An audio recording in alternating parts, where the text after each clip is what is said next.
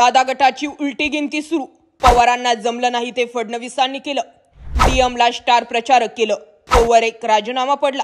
खेळ संपला। बीडमध्ये पुन्हा भाऊ बहीण भिडणार। पंकजा मुंडेंचा बदललेला टोन सांगतो कॉम्प्रोमाइज होणार नाही। जवळपास सगळे स्वतंत्र लढणार। आता गेम फक्त दादा आणि शिंदे गटाचाच होणार। नेमकं घडलंय काय?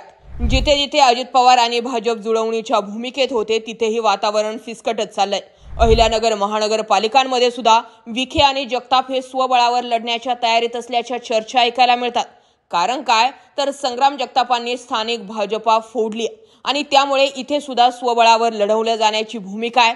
मावळात फक्त तळेगाव दाभाडेसाठी युती झाली। लोणावळ्यात मुख्यमंत्री फडणवीसांकडून शब्द घेऊन आले तिथेही युती करा, मात्र स्थानिक लेवलवर आल्यानंतर बाळा भेगडे यांनी शब्द फिरवला अशा चर्चा ऐकायला मिळतात। आता तिथे सुद्धा सुनील शेळके स्वबळावर लढणार असल्याच्या चर्चा ऐकावयास मिळतात। त्यातल्या त्यात वादग्रस्त राहिलेले धनंजय मुंडे हे पुन्हा एकदा चर्चेत आले। कारण काय तर धनंजय मुंडेंना स्टार प्रचारकांच्या यादीत टाकलंय आणि त्यामुळे नाराज झालेले प्रकाश सोळंके असतील यांनी सुद्धा पक्षाविरोधातच बंड करण्याच्या भूमिका घेतल्याची चर्चा ऐकायला मिळते। राज्यात स्थानिक स्वराज संस्थांच्या निवडणूक कार्यक्रमाची घोषणा करण्यात आली आहे आणि त्यानंतर आता मोठमोठ्या घडामोडी राजकीय पक्षांमध्ये बघायला मिळतात। बीड जिल्ह्यात अजित पवारांच्या राष्ट्रवादीला अत्यंत मोठा धक्का बसलाय। बीड जिल्ह्यातील पुढील काळातील राजकीय समीकरण पूर्णपणे बघायला मिळणार आहे। आता याआधी पंकजा मुंडेंच्या समर्थकांनी शरद पवार गटामध्ये प्रवेश करणं आणि आता अजित पवार गटातील एक कट्टर माणूस हा भाजपामध्ये जाणं हे काही अजित पवारांसाठी चांगले संकेत नाहीयेत। अजित पवारांच्या राष्ट्रवादीचे बीड विधानसभा अध्यक्ष योगेश क्षीरसागर यांनी अध्यक्षपदाचा राजीनामा दिला। अजित पवारांच्या राष्ट्रवादीला रामराम ठोकल्यानंतर योगेश क्षीरसागर आता कमळ हाती घेणार असल्याची माहिती सूत्रांनी दिली आहे। स्थानिक पातळीवरील निर्णय प्रक्रियेत सातत्यानं डावलल्यानं राजीनामा देत असल्याचं त्यांनी स्पष्ट केलंय। अजितदादांच्या राष्ट्रवादीची बीडमध्ये मोठी ताकद बघायला मिळते, मात्र निवडणूक तोंडावर असतानाच राजीनामा सत्र सुरू आहे। बीड नगर परिषद निवडणुकीमध्ये क्षीरसागर आणि राष्ट्रवादीच्या इतर नेत्यांमध्ये दुमत निर्माण झाले। जागा वाटपावरून योगेश क्षीरसागरांनी स्वतंत्र आघाडी तयार करून नगर परिषद निवडणूक लढवण्याचा निर्णय घेतला होता। स्वतंत्र आघाडी ही भाजपसोबत युती करून लढणार असल्याची माहिती होती, मात्र खात्रीलायक सूत्रांकडून मिळालेल्या माहितीनुसार योगेश क्षीरसागर हे लवकरच भाजपमध्ये प्रवेश करणार असल्याची माहिती मिळते। दरम्यान या सगळ्या गोष्टींमध्ये अजित पवारांच्या राष्ट्रवादीचा एक युवा नेता बीडमधून भाजपच्या गळाला लागल्याचं स्पष्ट होतंय।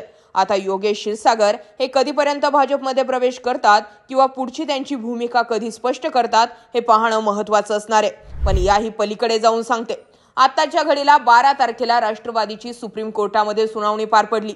या सुनावणीमध्ये कपिल सिब्बल यांनी युक्तिवाद करण्यासाठी 2 तासांचा वेळ मागितलाय आणि त्यानुसार त्यांना पुढची तारीख सुद्धा देण्यात आलेली आहे। एकीकडे आता राष्ट्रवादीची सुनावणी सुप्रीम कोर्टात होताना दिसते। अजित पवारांनी पक्ष फोडल्यापासून फार काही अजित पवारांच्या पक्षातील आमदार खासदार वळवण्यामध्ये शरद पवारांना यश आलं नव्हतं। लोकसभा निवडणुकीत एकटे निलेश लंके सोडले तर असा कट्टर कुणीही ताकदीचा नेता शरद पवारांना वळवता आला नाही। मात्र भाजपनं आता सर्रासपणे एकनाथ शिंदे गट असो किंवा अजित पवारांच्या पक्षातील काही माजी आजी आमदार असो यांना फोडण्याच्या भूमिकेत अग्रस्थानी क्रमांक मिळवला। आता या सगळ्या भूमिकांमध्ये एक तर कळून येत आहे की भाजपा हा अजित पवार किंवा शिंदेंच्या पक्षाला कुठलंही वैर घेऊन फोडणार नाहीये, तर त्यांचेच आमदार किंवा आपण तिकडे पाठवलेले आमदार हळूहळू आपल्या बाजूने वळवून, कार्यकर्ते हळूहळू आपल्या बाजूने वळवून 2029 पर्यंत शिंदे आणि अजित पवार गटातील अनेक मातब्बरांची ताकद कमी करणारे आणि एकनाथ शिंदेंचा पक्ष हा खिळखिळा करणारे असो।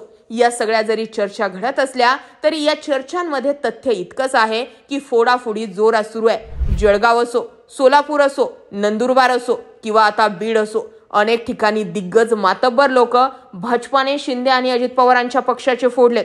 आता स्थानिक स्वराज संस्थांच्या निवडणुकांपर्यंत आणखी किती फोडाफोडी होती, कसं चित्र बदलतंय हे सुद्धा पाहण्यासारखं असणार आहे।